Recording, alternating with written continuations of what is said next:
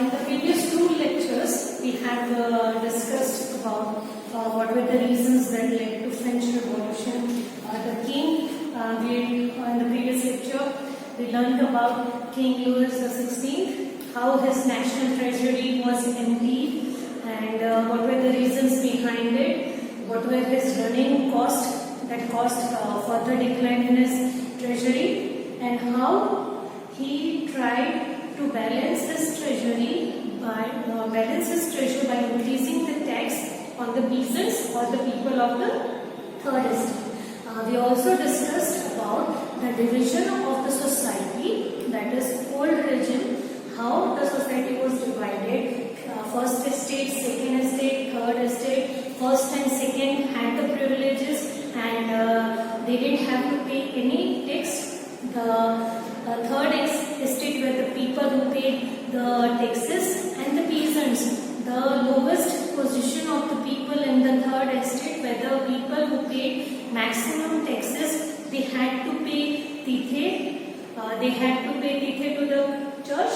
They had to pay taille to the state, and they had to pay feudal dues to the feudal lord. So they had to pay maximum wages. Now we have discussed it. We have discussed that the burden of the financial activity of the whole state, of whole country, was solely burdened upon or was solely carried out by the peasant, by the poor laborers, farm laborers, and how the majority of them lived in poverty. They were not given any rights and they were supposed to work endlessly. The rich became the rich, the poor people went more poor. So the gap between the rich and the poor was very widened. The gap was too big, and because of that, there was the disparity in the society, which led to dissatisfaction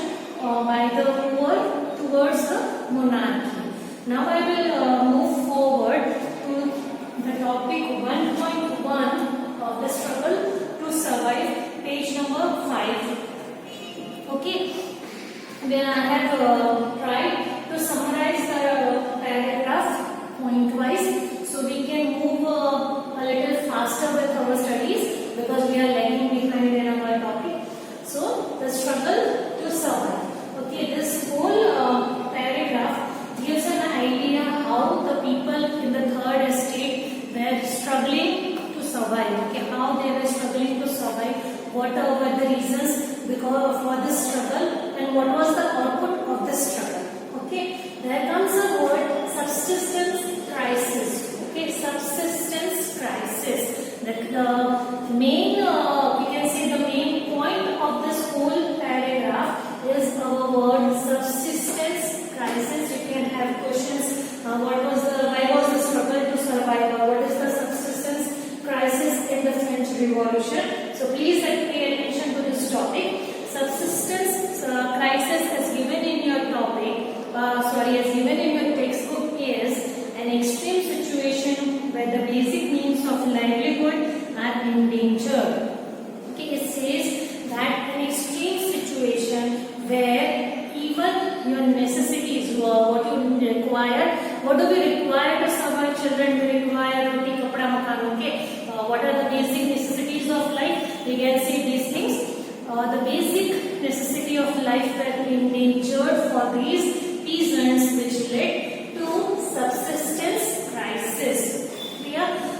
There's a small picture over here where you can see the feudal lord, or the rich man is sitting over there, and he is the nobleman, and the painter has described him as a spider.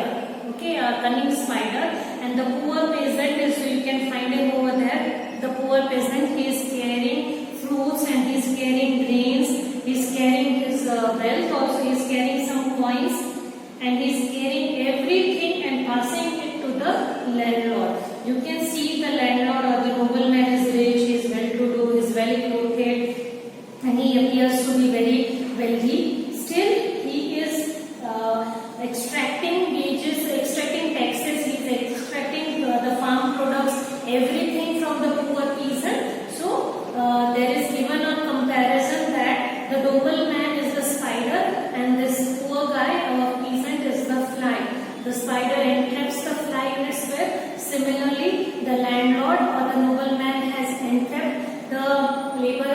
peasant in his web, so he has to pay continuously to him, and the nobleman can be rich and richer without doing anything. So this is the explanation of this picture, the thought behind this picture. It is the spider. The nobleman is considered as a spider, and the peasant is considered as a fly. Okay, now the struggle to survive. What was the reason for the struggle to survive? Earlier we saw that the treasure was empty, so King Louis XVI was extracting more money from the poor people. He had increased the increased the taxes given to the state, and he had burdened the peasant to fulfill his treasure. Now during that time in 1789, the population of France increased from 23 million to 28 million. They had a rise of around 5 million people in the population in this year. The population has increased, due to which when we have a rise in population, children, the resources are not increased, and so there was a demand of food grains. To feed these people, to feed the increased number of people, they had to have more grains. So the rise in population had given rise to increase in the demand of the food grains. The demand of the food grains increased because of the rise in the population of France in the year 1789. This kind of food grains couldn't keep pace with the production of grains. The production couldn't keep in pace because of the increase in demand. They had limited amount of land on which we were growing. It was the year of 1789, limited farming implements, so they could not have a rise in food grains or rise in the harvest. They had nothing, the modern instruments of fertilizers or chemicals that we can have. We have more harvesting, so they had limited production. The production was limited, and it couldn't keep pace with the demand of food grains. Now there is a thumb rule, children. When we have resources, stable resources, that is the resources over here is the production. When we have limited resources, limited production, and we have a higher demand, it leads to the increase in price of that product. Okay, we have limited amount of gold, and the product and demand is always increasing. So we can see the gold prices are increasing, and they have never stabilized. Or you can say in a short time span, or you can say the time of your parents or 10 years back, and you can compare the prices. You can see that because we have limited supply of gold and the demand has increased, because this imbalance in resources or supply and demand has led to the increase in the prices. We can imply the same thing, that we had limited amount of production of grains and the demand has increased because of the rise in population, which was responsible for increase in the price of bread. Bread was the staple diet of the people of France. The poor people survived on eating bread. It was the staple diet, and this whole thing, increase in population, increase in the demand of food grains, limited supply of production of grains, led to the increase in price of bread. So poor people found it hard to buy the bread. Price is increased, the price of bread is increased, but their wages remain the same. Their wages, the workers, that were the poor farmer laborers, the peasants who work for them, the servants who work for the higher classes, higher estate, they had fixed wages. Okay, their wages didn't increase with the increase of the bread, price of the bread. They had limited wages which did not meet with the increased price of the bread. So the wages were low, the wages did increase, and they had to pay extra price for their bread. They had limited income and they had to pay more for even the simple food, for simple staple diet. They had to pay more, which led to the gap between poor and rich widening. widened. The poor became more poorer. They had limited amount of income. Their income didn't increase, and they had to pay more for simple bread. They had to pay more, and they didn't have much money. Their income was fixed. They had to pay more. So you can say that they became more poorer, and the gap between the rich and the poor was widened. This is your paragraph explanation for the paragraph given over here. I'll go this whole thing, children. This whole thing, that is the rise in population that meant for the demand, the rise in demand of food grains, limited amount of production of grains, which led to the rise in price of the bread, limited wages for the peasant laborers, etc. And they were not able, they didn't have a rise in their wages, so they had to pay more for this price of bread. This whole thing led to our term subsistence crisis. They were not able to earn, to even pay for their livelihood, basic means of livelihood. This is subsistence of crisis. I hope you are clear with it. So we can say subsistence crisis, that the poor were not able to even meet ends. Okay, they were not able to have the minimum necessity to continue their living. That led to the French Revolution, or you can say that led to them to revolt, because they were not able to meet their livelihood. They were not able to survive. They had to revolt. They didn't have any option, and they had to revolt. Okay. Now our next point is 1.2. That is the diagram 1.2. 1.2, page number 6. How a subsistence crisis happens. See, children, I have informed you, keep your textbooks ready with you while you are going through the video. Okay, we have this figure to be completed. There was one thing, sorry I missed it, that during drought or hail, okay, that I missed that point. Drought, scarcity of rainfall, hail, when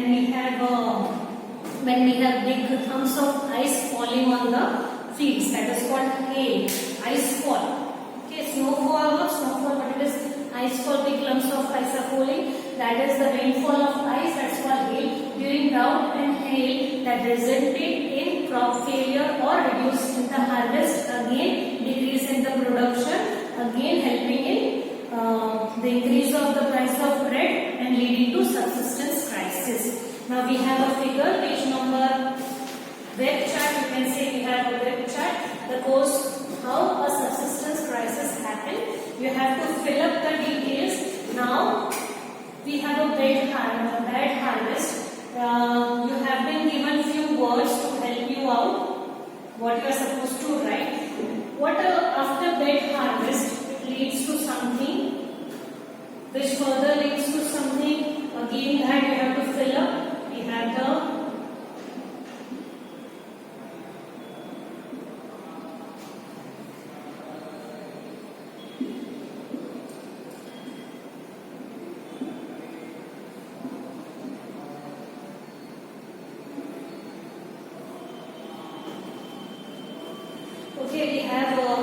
let us continue with it again.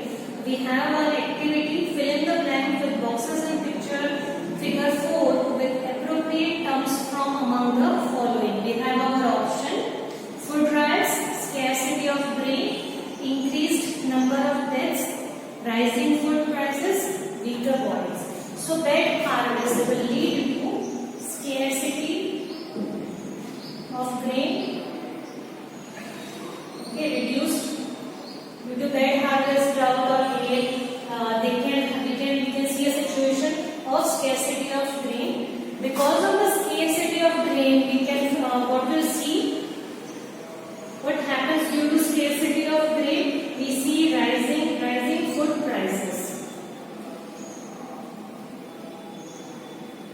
Due to scarcity of grain, we see rise in food prices.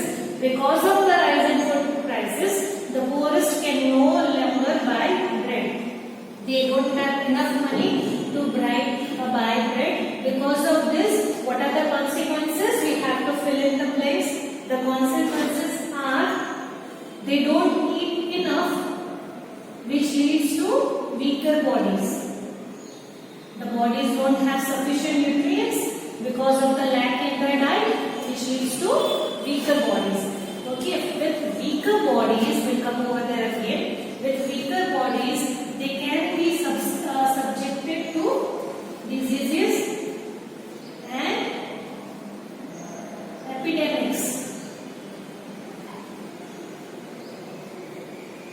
Okay, because of weaker bodies, they might have to find they are subjected to diseases. They can have different diseases, or they can be subjected to epidemics at that time,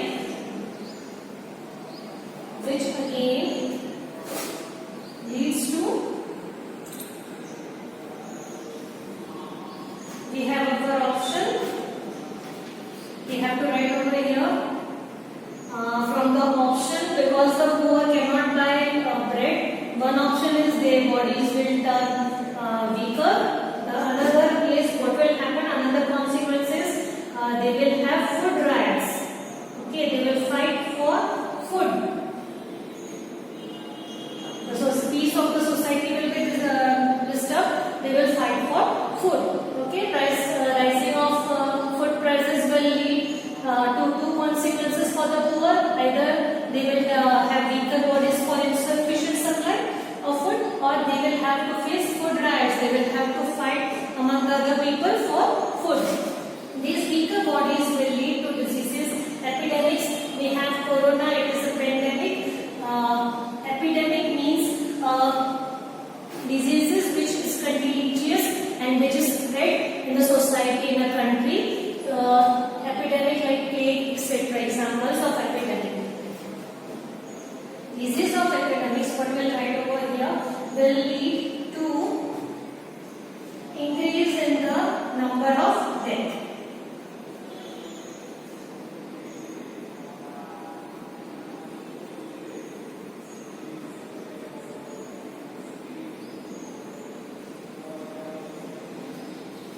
This food riots will again, because people are fighting, will lead to increased number of death. This is the figure which shows how a subsistence crisis happen. Again, a repeated bed harvest leads to scarcity of grain, which again leads to rising in food particles, which again lead the poorer can no buy. Because of this, they again lead to weaker bodies of food riots. Because of the weaker bodies, the poorer people are faced to disease and epidemics, which lead to rise in the number of deaths. Food riots also in consequence into increase in number of deaths. This is your figure 1.2 from figure 1.2 from your textbook, page number 6. Now we'll move to our next topic, 1.3. That is another one important topic for your exams, middle class. 1.3, a growing middle class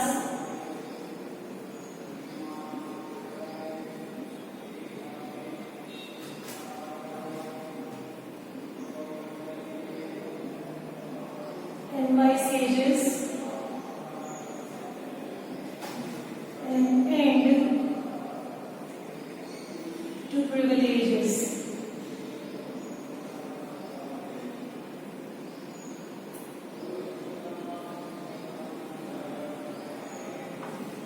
This 1.3, page number 6. So students, we had learned about the old regime. In the old regime, we had third estate. If you remember, the third estate.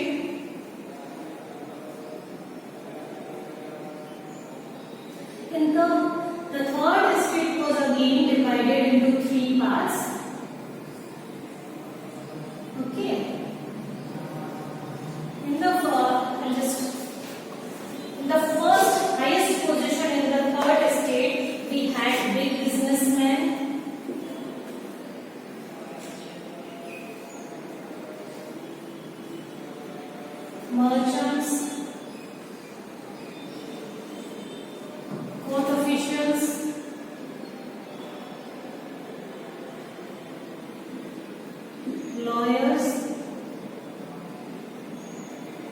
etc. Okay. Third estate, if you remember, we had three parts. Here we had peasants, small farm owners, etc., small businessmen. In the third, we had landless laborers, small peasants, farm laborers, servants, etc. Now we had learned about the crisis followed because of the struggle to survive, that is our subsistence crisis. Because of the crisis, because the poor people were not able to eat even bread, they wanted to revolt. People didn't have anything to survive. To survive, they had only one option, that is to revolt. So the small peasants, okay, the small peasants and workers, laborers, servants, etc. wanted to revolt. Okay, they wanted to revolt. They wanted to fight against the injustice done to them, where they were given fixed wages and they had to pay more for bread, for survive. They had to pay more for survival. They had no option but to revolt against the monarchy. But the problem was that these servants didn't have enough resources or programs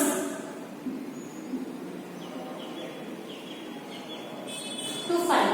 These people wanted to fight for their injustice, but they didn't have enough resources, enough programs, they didn't have enough planning, they didn't know how to fight. They just wanted to fight. They tried, but they were successfully they were subdued by the monarchy.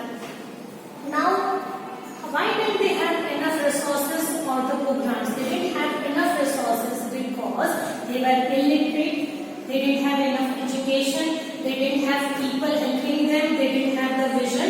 They were just told that you were supposed to work for the people, higher classes. They were told that they had to do this. So they had taken this life for granted. We are born in this way, we are supposed to live this way. They didn't know how to revolt. It was out of their vision, or it was out of their thinking. They learned that they had to revolt, how they can revolt, how they can fight. They didn't have any idea how they are going to do that. Now at that time, in the 18th century, at that time was a transit period. People were developing textile, they were developing trade, people were developing trade routes, they were emerging with small businesses. At that time, these people started to have more income.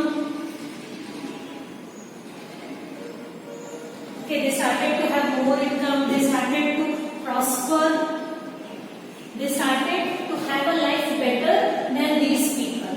So this generation of the upper estates, of the upper part of the third estate, they had more income, they started to live a prosperous life, and because of that, they started giving education, or they started having education. They were educated. So the education played an important role for them to imagine how to overcome, or how to overcome the privileges, how to end the privileges. This helped it, the education helped them. They gave them a vision how to end the privileges. Just a small thing, or we can just 2 lines before we stop our period, our lecture. The middle class.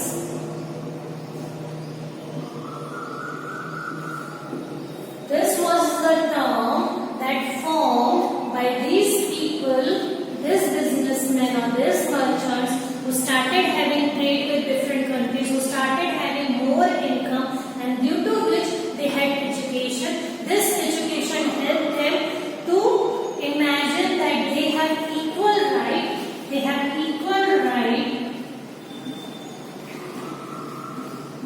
in the society,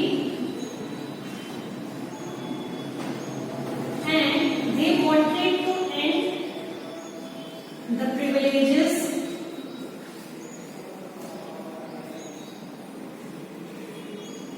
by birth. Okay, the education helped them, the income provided with them, with the resources to them. We'll end our session over here. We'll continue in our next session. Jai Hind students.